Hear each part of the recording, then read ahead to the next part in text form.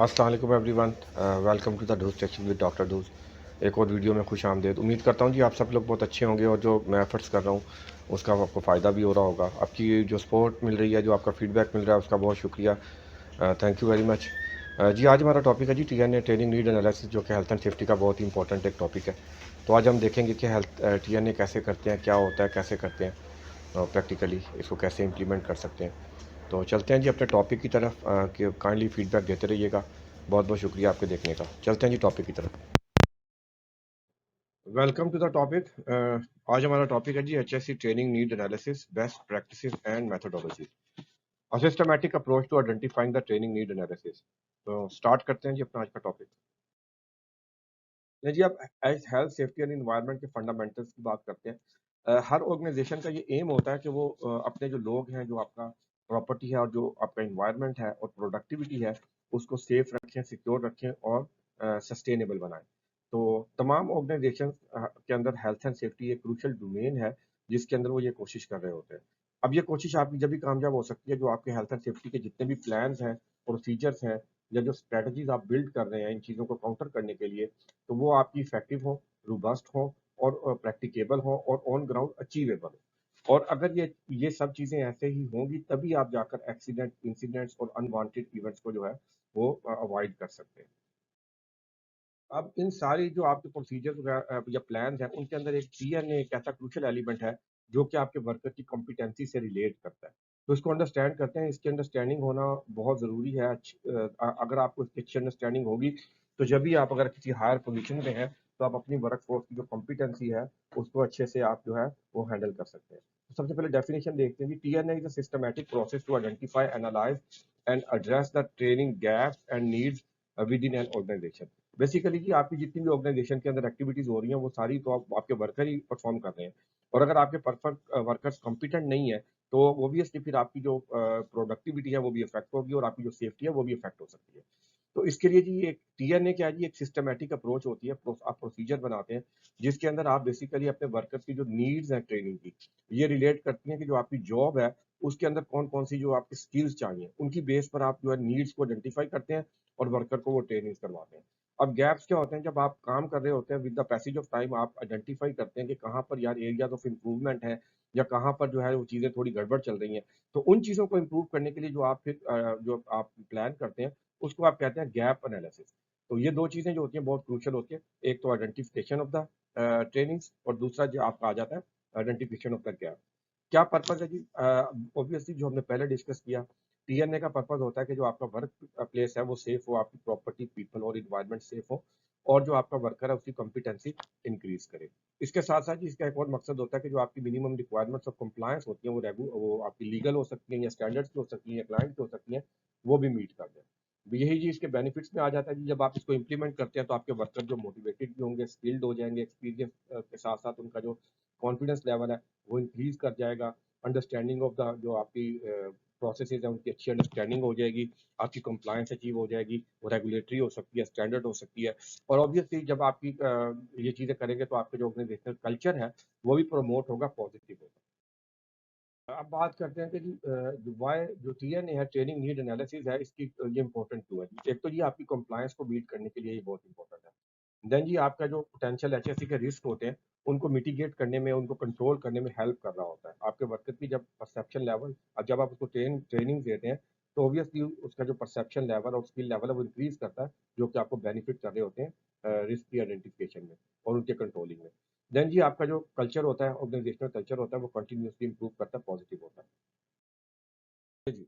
अब बात करते हैं कि कौन से ऐसे हम अपने TNA के प्रोसेस को इफेक्टिव कैसे बना सकते हैं। तो सबसे पहले आता है जी आइडेंटिफाई द ट्रेनिंग नीड्स। अब इससे क्या मुराद है? ट्रेनिंग नीड एक एनालिसिस है जिसके अंदर आप देखते हैं कि आपकी एक जॉब करने के लिए जो रिक्वायर्ड स्किल्स या लेवल ऑफ नॉलेज है वो क्या है, और आपके वर्कर्स का करंट नॉलेज या जो स्किल्स है वो क्या है। उसकी बेस पे आप डिसाइड करते हैं कि आप अपने वर्कर्स को कौन सी ट्रेनिंग करवाएंगे, कि ताकि जो आपका डिजायर्ड लेवल है जॉब की रिक्वायरमेंट का, वो मीट हो जाए। अब फॉर एग्जांपल इसमें एक बिगनर वर्कर है, ऑब्वियसली उसके पास एक्सपीरियंस नहीं है, नॉलेज भी हो सकता है, लेकिन इतना ज़्यादा इंडस्ट्रियल नॉलेज, प्रैक्टिकल नॉलेज उसके पास नहीं है।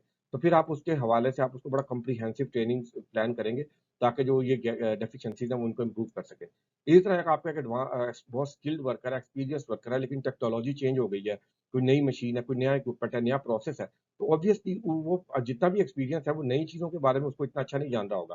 तो अब आपका जो करंट रिक्वायर्ड लेवल है उसको मीट करने के लिए भी आप एक जो है प्लान करेंगे, ताकि जो आपका वर्कर है वो सीख जाए, नई टेक्नोलॉजी की जो रिक्वायरमेंट्स है उनको अंडरस्टैंड कर ले।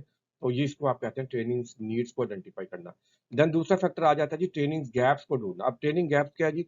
ये जो आपका आता है जी, ये आपका जो करंट प्रोसेस चल रहा है, आप उसका जो डेटा कलेक्ट करते हैं, मॉनिटरिंग करते हैं, आप उसका एनालिसिस करते हैं स्टैटिस्टिकल, और आप देखते हैं कि यार हमारे प्रोसेस में कहाँ-कहाँ पर गैप्स आ रहे हैं, कहाँ एरियाज़ ऑफ इम्प्रूवमेंट्स आ रही हैं जिनको हम इम्प्रूव कर सकते हैं। अब उस गैप्स और उन एरियाज़ ऑफ इम्प्रूवमेंट्स या डेफिशिएंसीज़ को जो आप मीट करने के लिए एक प्लान करते हैं ट्रेनिंग्स, ताकि आपके वर्कर्स की जो स्किल लेवल है वो इम्प्रूव हो और आपके ये गैप जो हैं ये आप कम कर सकें या इम्प्रूव कर सकें। अब ये आपने जी एनालिसिस कर लिया, उसके बाद आप ट्रेनिंग प्लान को है वो ट्रेनिंग्स जो आपने करवानी है उसका एक प्लान बनाएँगे, प्रोसीजर बनाएँगे। उसमें आप डिसाइड करेंगे कौन ये ट्रेनिंग करवानी थी, कब कौन करवाएगा, कब करवाएँगे, कौन से रिसोर्सेज़ चाहिए, ह्यूमन रिसोर्स क्या होंगे, और उसके बाद जी आपका फाइनेंशियल रिसोर्स क्या होंगे, थर्ड पार्टी करवानी है, इंटरनल करवानी है। तो ये सारी चीज़ें आप इस प्लान में देखते हैं। देन आ जाता है जी आपका इम्प्लीमेंटेशन ऑफ द ट्रेनिंग, ये फेज़ है जिसके अंदर आपने जो कुछ डिसाइड किया है उस सारे को इम्प्लीमेंट करते हैं और वर्कर्स की ट्रेनिंग कंडक्ट करवा देते हैं। लास्ट में आता है जी बड़ा द मोस्ट इम्पोर्टेंट। अब आपने इतना कुछ किया, इतनी एफर्ट की है, अगर आप इसको मॉनिटर नहीं करते, आप इसका रिजल्ट नहीं देखते, उसका एनालिसिस नहीं करते, तो फिर आपका फ़ायदा नहीं होने वाला। तो ऑब्वियसली आप इसको कंटिन्यूअसली मॉनिटर करेंगे, चेक करेंगे कि जो आपने स्टेप्स उठाए हैं, तो इसका क्या पॉजिटिव रिजल्ट आ रहा है, पॉजिटिव इम्पैक्ट आ रहा है, तो बिज़नेस के ऊपर जो आपकी परफॉर्मेंस है वो इंक्रीज़ कर रही है या नहीं कर रही। देखते हैं की components of the HSC training need analysis. तो सबसे पहले आता है जी आपका गैप एनालिसिस। इसके अंदर आप जो आपकी करंट परफॉर्मेंस है, उसको आप उसका एनालिसिस करते हैं, उसके अंदर गैप या डेफिशिएंसीज ढूँढते हैं और उसकी बुनियाद पर आप डिसाइड करते हैं कि आपके जो वर्कर हैं, उनको कौन-सी ट्रेनिंग चाहिए ताकि जो आपकी परफॉर्मेंस है, वो इम्प्रूव हो सके। देन जी आप उसके अंदर आप कॉजेज़ ढूँढते हैं कि ये जो अगर डेफिशिएंसीज हैं, इनकी रूट कॉजेज़ क्या हैं और उन कॉजेज़ को कैसे एड्रेस किया जा सकता है। अगर उसके अंदर किसी ट्रेनिंग से हेल्प मिल सकती है, तो आप उनको भी ऐड कर रहे होते हैं। देन इस एनालिसिस की बेस पे आप प्रायोरिटाइज़ेशन करते हैं कि कौन-सी ट्रेनिंग पहले करवानी है या कौन-सी हमारे लिए पहले सूटेबल है और कौन-सी बाद में। देन सेकंड आ जाता है जी रिस्क असेसमेंट। आप रिस्क असेसमेंट कंडक्ट करते हैं, उसमें आपके हैज़र्ड्स आइडेंटिफाई होते हैं, रिस्क इवैल्यूएशंस होती हैं। अब अगर उसके अंदर ऐसी आपकी जो कंट्रोल्स आते हैं कि अगर कुछ हैज़र्ड्स या रिस्क को कंट्रोल करने के लिए आप सूटेबल ट्रेनिंग्स रिकमेंड की जाती हैं, तो उसकी बुनियाद पर आप जो है अपने वर्कर्स को ट्रेनिंग्स करवा रहे होते हैं। देन आ जाता है जी कॉम्पिटेंसी मैपिंग। इसमें आप देखते हैं कि जी आपके जो आपके वर्कर्स की रिक्वायर्ड किसी भी जॉब की रिक्वायर्ड मिनिमम ट्रेनिंग है, वो क्या है और आपके वर्कर की जो स्किल लेवल अब या परफॉर्मेंस जा रही है, वो उसको किस लेवल तक अचीव कर पा रहा है, उसकी क्या रेटिंग है उसमें। तो अगर उसके अंदर उसकी एरियाज़ ऑफ इम्प्रूवमेंट पाए जाते हैं, तो उनको इम्प्रूव करने के लिए आप अपने वर्कर को क्या करते हैं, ट्रेनिंग करवाते हैं। पहले सिलेक्ट करते हैं, उसके बाद ट्रेनिंग्स करवाते हैं ताकि उसकी कॉम्पिटेंसी को इम्प्रूव किया जा सके। अब आपने ये जो 3 मेथड इस्तेमाल करके आपने जो एनालिसिस किया है और आपने ट्रेनिंग्स को आइडेंटिफाई किया है, ट्रेनिंग 4th फेज़ के अंदर ट्रेनिंग्स नीड आइडेंटिफिकेशन के अंदर आप इनसे जो ट्रेनिंग कलेक्ट की हैं आपने, उनको गैदर करते हैं और उसके बाद प्लान करते हैं कि देखते हैं कि आपके कौन से मेथड जो हैं वो आपके लिए सूटेबल रहेंगे किस ट्रेनिंग के लिए। उसके बाद आप प्लान करते हैं कि जनाब कौन-सी ट्रेनिंग कब करवाई जाएगी और देन आप उसको इम्प्लीमेंट करवाते हैं, वर्कर्स की ट्रेनिंग करवा देते हैं। क्या बेनिफिट्स होते हैं टीएनए के? तो सबसे पहले जी आपकी वर्कर की और बिज़नेस की और एनवायरनमेंट की सेफ्टी हो जाती है। आपके इंसिडेंट्स वगैरह और एक्सीडेंट्स रिड्यूस हो जाते हैं। कंप्लायंस अचीव हो जाता है लीगल भी और स्टैंडर्ड का भी। देन जी आपकी जो प्रोडक्टिविटी है वो इंक्रीज़ हो सकती है, रिस्क मैनेजमेंट अच्छी हो जाती है। देन जो आपके ऑर्गेनाइजेशनल कल्चर और रेपुटेशन है वो भी इंक्रीज़ कर जाती है। क्या चैलेंजेस आ सकते हैं जी? आपके रिसोर्सेज़ की कमी हो सकती है, मैनेजमेंट इक्विपमेंट की कमी हो सकती है। देन जी आपका हो सकता है जो प्रोसेस ऑफ एनालिसिस है या डेटा कलेक्शन है, मॉनिटरिंग के प्रोसेस है, परफॉर्मेंस मॉनिटरिंग के, वो इतना इफेक्टिव नहीं है जिसकी वजह से आप अच्छे तरीके से जो है आप अपनी नीड एनालिसिस को अच्छे से इफेक्टिवली कंडक्ट नहीं कर पाते। देन ये हो सकता है जी आपके पास जो रिसोर्सेज की अगेन कमी है, ट्रेनर्स अवेलेबल नहीं है, तो तब भी आपका जो है ये ट्रेनिंग नीड एनालिसिस का जो प्रोसेस है ये इम्पैक्ट हो सकता है। देन ये हो सकता है आपका जो बिजनेस अभी सस्टेनेबल नहीं है, इनिशियल स्टेज है या कोई रिसेशन चल रहा है, तो इसकी वजह से भी आपको इस प्रोसेस को कंडक्ट करने में डिफिकल्टी आ सकती है। भी देखते हैं कि टीएनए को सक्सेसफुल करने के लिए आप कौन-सी बेस्ट प्रैक्टिसेज़ यूज़ कर सकते हैं। सबसे पहले जी टीएनए को अलाइन करें ऑर्गेनाइजेशनल गोल और ऑब्जेक्टिव के साथ। उनको आपका जो टीएनए है, वो इन अकॉर्डेंस विद होना चाहिए। देन जी आपके जो स्टेक होल्डर या सब्जेक्ट मैटर एक्सपर्ट है, उनको इन्वॉल्व करें, उनकी फीडबैक लें, उनको शामिल करें। जी सिस्टमैटिक और स्ट्रक्चर्ड अप्रोच अडॉप्ट करें ताकि इसका जो बेनिफिट्स हैं वो ज़्यादा हो सके। आपके जो वर्कर है कोशिश करें कि आप हमेशा कॉम्पिटेंसी बेस्ड ट्रेनिंग करवाएँ, जहाँ पे उनके गैप्स हैं या जहाँ वो लैग कर रहे हैं, तो उन्हीं एरियाज को इम्प्रूव करने के लिए ट्रेनिंग करवाएं। देन जी कंटिन्यूसली मॉनिटर करें, रिव्यू करें और अपना जो ट्रेनिंग प्लान है उसको as per the new requirements update करते रहें, तभी आपको बेनिफिट होगा। जी, अब जनरली जो है एक्सेप्टेड मेथोडोलॉजीज़ है, बहुत सी मेथोडोलॉजीज़ हैं, उनमें से 4 जो है उनको डिस्कस कर लेते हैं। एक है जी आपकी क्रिकपैट्रिक मॉडल है, एडी मॉडल है, डेकम मॉडल है और जॉब सेफ्टी एनालिसिस। अब इनको देखते हैं ये कैसे काम करते हैं। जी, अब बात करते हैं क्रिकपैट्रिक मॉडल की, जो कि बड़ा फेमस है, साइंटिफिक मेथड है। इसके अंदर आप 4 लेवल पर जो है अपने एनालिसिस को, वो उसका इम्पैक्ट जो है वो देख रहे होते हैं। नंबर 1, आफ्टर पोस्ट ट्रेनिंग जो आपके वर्कर का फीडबैक है वो कैसा है? क्या वो उसको एक्सीलेंट इवैल्यूएट कर रहा है, गुड कर रहा है, बैड कर रहा है? देन उसमें आप देखते हैं कि आपकी जो वर्कर की लर्निंग है, उस पे क्या इम्पैक्ट आया? उसका भी जनाब आप पोस्ट ट्रेनिंग जो आप उसका असेसमेंट लेते हैं, क्विज़ हो सकता है, वर्बल हो सकता है। तो उसमें आप देखते हैं क्या-क्या एचएससी की जो प्रोसीजर्स है, प्रोटोकॉल्स हैं, उसकी अवेयरनेस जो है वो इंक्रीज़ हुई है या नहीं हुई। देन जी आप after with the passage of time जो वर्कर का बिहेवियर है उसको मॉनिटर करते हैं, देखते हैं कि आफ्टर द ट्रेनिंग क्या वर्कर का जो बिहेवियर है वो चेंज हुआ है हेल्थ एंड सेफ्टी के हवाले से, क्या उसने चीज़ों को अडॉप्ट किया और प्रैक्टिस कर रहा है या नहीं कर रहा। देन जी आप ये सारी चीज़ों के बाद में आप एक रिजल्ट निकालते हैं, उसके अंदर आप देखते हैं कि ये जो प्रैक्टिस आपने की है, क्या इसके बिज़नेस के इम्पैक्ट की ओवरऑल जो बिज़नेस है, उस पे कोई पॉजिटिव इम्पैक्ट आया या नहीं आया। जी। नेक्स्ट मॉडल है जी हमारा एडी मॉडल, ये भी बड़ा फेमस मॉडल है। इसके अंदर आप क्या करते हैं, सबसे पहले वर्कर की जो रोल्स एंड रिस्पॉन्सिबिलिटीज़ हैं वो डिटरमिन कर देते हैं। देन जो जॉब्स और एक्टिविटीज़ वो करेगा वो डिटरमिन करते हैं और फिर आप एक एनालिसिस करते हैं कि इस काम के लिए कौन-कौन सी एक्सपर्टीज़ रिक्वायर्ड है और आप ट्रेनिंग सजेस्ट कर देते हैं। देन लास्ट फेज़ में आप क्या करते हैं, बिफोर इम्प्लीमेंटेशन आप वो जो आपने सजेशन या प्लान बनाया है, उसको जो रेलेवेंट सब्जेक्ट मैटर एक्सपर्ट है, उसके साथ रखते हैं, उसकी फीडबैक लेते हैं ताकि वो उसको वैलिडेट करे कि जी हाँ, कौन-कौन सी ट्रेनिंग रिक्वायर्ड है, अगर कोई एक्स्ट्रा है तो उसको वो रिमूव कर दे और कोई और फर्दर चाहिए तो वो उसमें ऐड कर दे। चलिए जी, नेक्स्ट मेथड है जी डेकुम मेथड, ये भी साइंटिफिक मेथड है। इसके अंदर ये थोड़ा कॉम्प्लेक्स है, लेंथी है। इसके अंदर जी आप क्या करते हैं, बेसिकली इसमें आप इंडिविजुअल्स को फोकस करने की बजाय जो आपके ऑर्गेनाइजेशन के टास्क या जॉब्स जो है, ऑक्यूपेशन है, उसको ही फोकस करते हैं। इसके अंदर आप एक वर्कशॉप कंडक्ट करते हैं जिसमें जो आपके सब्जेक्ट मैटर के एक्सपर्ट्स होते हैं वो शामिल होते हैं। उसके बाद ये आपके जो स्टेक होल्डर्स हैं वो सारे शामिल होते हैं। उसके बाद आप जो आपकी जो जॉब्स हैं उनको आप प्रायोरिटाइज करते हैं, एक क्रिटिकल से लेके नॉन क्रिटिकल तक।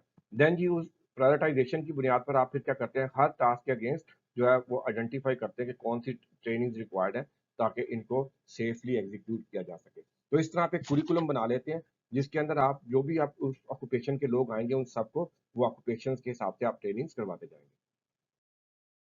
ले जी। नेक्स्ट हमारा मेथड आ जाता है जी जॉब टास्क एनालिसिस। ये बड़ा फेमस है और नॉर्मली हम यही यूज़ कर रहे होते हैं, खास करके जहाँ पर बहुत ज़्यादा क्रिटिकल या कॉम्प्लेक्स एक्टिविटीज़ नहीं होती। तो इसमें क्या करते हैं जी, आप सबसे पहले जो आपकी जॉब्स हैं वो सिलेक्ट करते हैं, उसके बाद उनको उसके जो कंपोनेंट पार्ट्स हैं उसके अंदर जो आप वो ब्रेक डाउन करते हैं। फिर आप वर्कर्स की रोल्स एंड रिस्पॉन्सिबिलिटीज़ और उन टास्क के हिसाब से जो है तो वो ट्रेनिंग्स आइडेंटिफिकेशन करते हैं ताकि इन जॉब्स को सेफली एग्जीक्यूट किया जा सके। जी जी, नेक्स्ट बात करते हैं कंपैरेटिव एनालिसिस है। आप ये सेल्फ एक्सप्लेनेटरी आप इसको गो थ्रू कर सकते हैं। मैं आपको जनरल ओवरव्यू दे देता हूँ। बेसिकली जो क्रिकपैट्रिक मॉडल है ये आपकी ट्रेनिंग की जो इवैल्यूएशन और इफेक्टिवनेस है उस पे फोकस करता है। एडी मॉडल जो है बेसिकली ये आपकी ऑर्गेनाइजेशन के जो गोल्स एंड ऑब्जेक्टिव्स हैं उनको लेके चलता है और वर्कर्स की जो नीड्स हैं, गैप्स हैं उसको आइडेंटिफाई कर रहा होता है। जो डेकम मॉडल है बेसिकली ये आपकी जो ऑर्गेनाइजेशन के अंदर ऑक्यूपेशंस हैं या जो डिफरेंट जॉब्स या टास्क हैं उनको फोकस करता है और उसके अकॉर्डिंगली जो है आपके वर्क आपको कुरिकुलम बना के देता है, जो आप जो भी वर्कर आ जाएगा उस ऑक्यूपेशन में उन सबको आप ट्रेनिंग करवाएंगे। सिमिलरली जॉब टास्क एनालिसिस जो है ये भी आपकी जो कॉम्पिटेंसी और जो जॉब की रिक्वायरमेंट्स है उसके हिसाब से ट्रेनिंग रिकमेंड करता है, लेकिन इसके अंदर जो स्कोप ऑफ द एनालिसिस है वो limited to the single job होता है या टास्क होता है।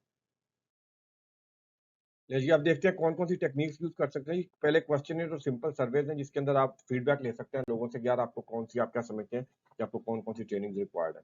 देन जी आप ऑब्जर्वेशन या जॉब शैडोइंग कर सकते हैं, स्पेसिफिक एम्प्लॉयी को फोकस करते हैं, उसकी परफॉर्मेंस देखते हैं और आप ट्रेनिंग्स को आइडेंटिफाई कर सकते हैं। देन जी आप इंटरव्यूज़ या गैदरिंग कर सकते हैं जिसके अंदर आपके स्टेक होल्डर्स, एक्सपर्ट्स या एम्प्लॉइज़, सीनियर पीपल वो सबको आप गैदर कर लेते हैं और वहाँ पर आप ब्रेनस्टॉर्मिंग या कर लेते हैं जिससे आपको पता चल सकता है कि कौन-कौन सी ट्रेनिंग्स रिक्वायर्ड हो सकती हैं। देन जी आपके पास जो आप मॉनिटरिंग कर रहे हैं, अपना डेटा कलेक्ट कर रहे हैं, उसका एनालिसिस करें स्टैटिस्टिकल, आप देख सकते हैं क्या ट्रेंड्स और पैटर्न्स चल रहे हैं आपके इंसिडेंट्स वगैरह के और आपको पता चल जाएगा कि कौन-सी डोमेन में आपको ट्रेनिंग रिक्वायर्ड है।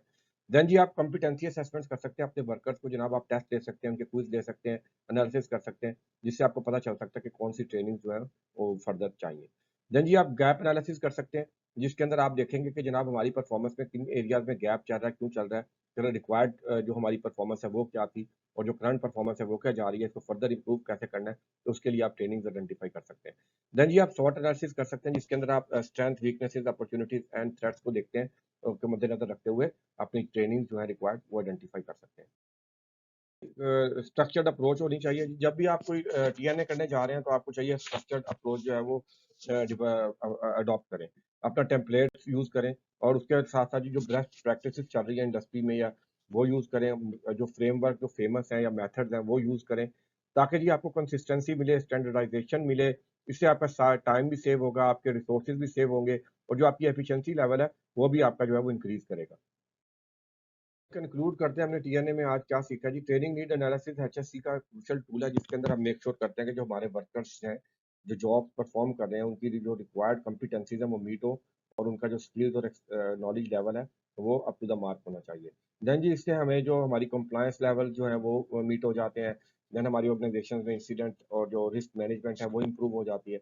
अब जी अगर हम टीएनए करने जा रहे हैं तो हमेशा सिस्टमैटिक अप्रोच अडॉप्ट करें, ताकि जो हमारी एफिशिएंसी है और कंसिस्टेंसी है वो हमें मैक्सिमम मिल सके और हम जो हमारी जो स्पेसिफिक नीड्स हैं हम उनको मीट भी कर दें। अब टीएनए जी ये ट्रेनिंग जो है ये एक ऑनगोइंग प्रोसेस है, तो उसके अंदर जो मॉनिटरिंग और इवैल्यूएशन है ये एक की पार्ट है। अगर आप मॉनिटरिंग करेंगे, इवैल्यूएशन करेंगे तो फर्दर जो आपका ट्रेनिंग का ये जो प्लान है ये फ्यूचर में क्या कंटिन्यूअसली इम्प्रूव करता जाएगा। अब जी अगर आप अपनी जो टीएनए को इफेक्टिवली इम्प्लीमेंट करते हैं तो उससे जी आपके इंसिडेंट, एक्सीडेंट्स वगैरह रिड्यूस होंगे और आपकी परफॉर्मेंस जो है वो इंक्रीज करेगी। ले जी, मैसेज ऑफ द डे देखते हैं। Consistent pursuit fuels perpetual progress, a gentle nudge today, a guiding light for tomorrow. Basically जी टीएनए के हवाले से अगर आप कोई भी काम करने जा रहे हैं एचएससी के हवाले से या कोई और काम है, तो कंसिस्टेंसी जो है जी वो की एलिमेंट है।